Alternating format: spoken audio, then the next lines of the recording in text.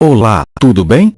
Hoje eu irei abordar alguns pontos da história de Alice, no País das Maravilhas, da escritora Lewis Carroll, que muitos podem considerar loucura da minha parte, ou meramente uma lenda urbana. Então, deixo bem claro que minhas considerações feitas nesse vídeo são de pesquisas feitas pela internet, podendo ter uma verdade por detrás dessa fabulosa história. Então, antes de iniciar, deixe seu comentário, seu like e inscreva-se no canal. Obrigado!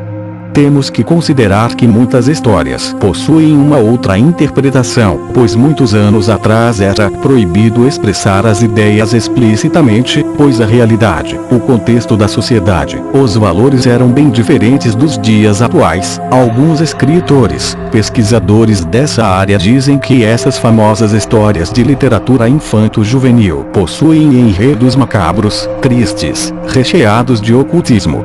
Assim, a protagonista da história, Alice, na verdade era uma menina esquizofrênica, problemática que foi deixada aos 11 anos num sanatório por sua mãe. Lá, ela ficava o tempo todo dopada e era violentada pelos funcionários. Como vocês sabem, ter um filho ou uma filha com problemas mentais naquela época era considerado uma aberração. Muitos eram abandonados, e até mortos. O buraco que Alice caiu, era simplesmente uma vontade enorme de se libertar de seus problemas, uma criação e um desejo de conhecer o mundo lá fora. O interessante da história é que cada um dos personagens fazia parte desse sanatório e da vida de Alice. Então agora, irei falar resumidamente de cada um deles. O coelho branco representava o tempo no qual ela queria que passasse rápido, pois desejava libertar-se daquelas correntes que traziam sofrimento para sua vida. Ela via o tempo passar tão rápido, porém tão lento, e isso a deixava mais louca. O chapeleiro maluco era seu melhor amigo no sanatório, sempre estava ao lado de Alice, era o único que conseguia alegrar seu coração nesse inferno. Ele era outro cara problemático, pois sua personalidade mudava o tempo todo, sofria de transtorno bipolar, distúrbio associado a alterações de humor que vão da depressão a episódios de obsessão. Ora alegre, ora triste, ora calmo, ora depressivo. A lebre era a companheira de quarto da Alice, e tinha depressão profunda. Os médicos sempre a dopavam, pois na maioria das vezes encontrava-se no estado de terror e paranoia. O gato Chess era um dos enfermeiros convenientes em que Alice confiou. Ele vinha com palavras doces e um sorriso bem aberto para seduzir a garota, ajudava ela em algumas crises de esquizofrênia, mas, na verdade, era um pedófilo, o qual várias vezes a molestou sem piedade, deixando-a mais triste, derrotada e jogada no canto do quarto.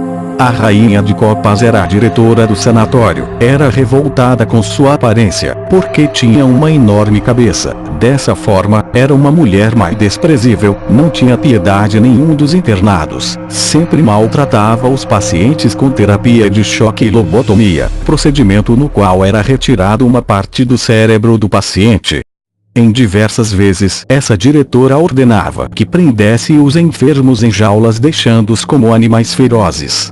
A Rainha Branca era a mãe de Alice, era uma mulher linda, meiga e nobre, que foi pressionada pela sociedade daquela época a deixar sua filha num sanatório, e que sofreu muito por isso. Alice sempre lembrava de sua mãe, por isso criava esse mundo no qual, um dia ela pudesse ir e encontrar sua bela mãe, e receber um carinho, um cuidado, um beijo, uma palavra de conforto. Foi muito triste a ausência de uma mãe, principalmente nessa fase que Alice se encontrava.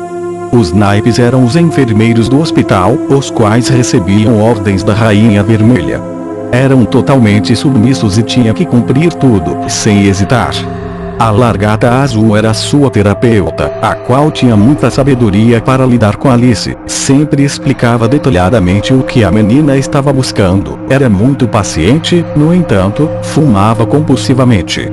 Tweedledum e Tweedledee eram gêmeos siameses órfãos, os quais estavam internados no hospital, não tinha problemas psicológicos, estavam lá somente por causa de suas aparências, que eram assustadoras. Como é de notar, a sociedade não aceitava pessoas com problemas físicos naquela época. Temos um famoso exemplo do século XV, Jim, o Corcunda de Notre Dame. O rei de copas era um médico psiquiatra do hospital, possuía uma autoestima muito baixa, por isso tinha complexo de inferioridade, e não aceitava ordens da diretora. Os frascos com Mamimbebane eram as drogas, os remédios que os médicos davam para Alice durante todo o dia, por isso é que ela tinha alucinações de como se estivesse encolhido ou aumentado de tamanho. Bom, podemos perceber que Alice encontrava-se numa situação desumana, sozinha, sem a mãe, cercada de pessoas problemáticas, agressores, pedófilos. Assim foi se tornando uma menina mais ainda depressiva, criando em sua mente um mundo de fantasias, cheio de aventuras para tentar amenizar a dor. A irmã mais velha de Alice era uma das enfermeiras do hospital, ela sentia muita compaixão de sua irmã, mas não podia fazer muita coisa para ajudá-la, apenas anotava tudo em seu diário o que Alice falava. Certa vez, Alice tentou escapar do sanatório, contudo, não obteve sucesso e foi detida pelos funcionários. A diretora mandou aplicar a terapia de eletrochoque para que essa fuga não se repetisse, assim sua mente foi se definhando e ela foi se tornando mais agressiva a ponto da diretora aplicar nela a lobotomia. Depois disso, Alice não viveu por muito tempo, foi morta devido a um estupro, seguido de uma hemorragia. Hoje em dia, é lembrada como a menina sonhadora, a qual viveu grandes aventuras no País das Maravilhas.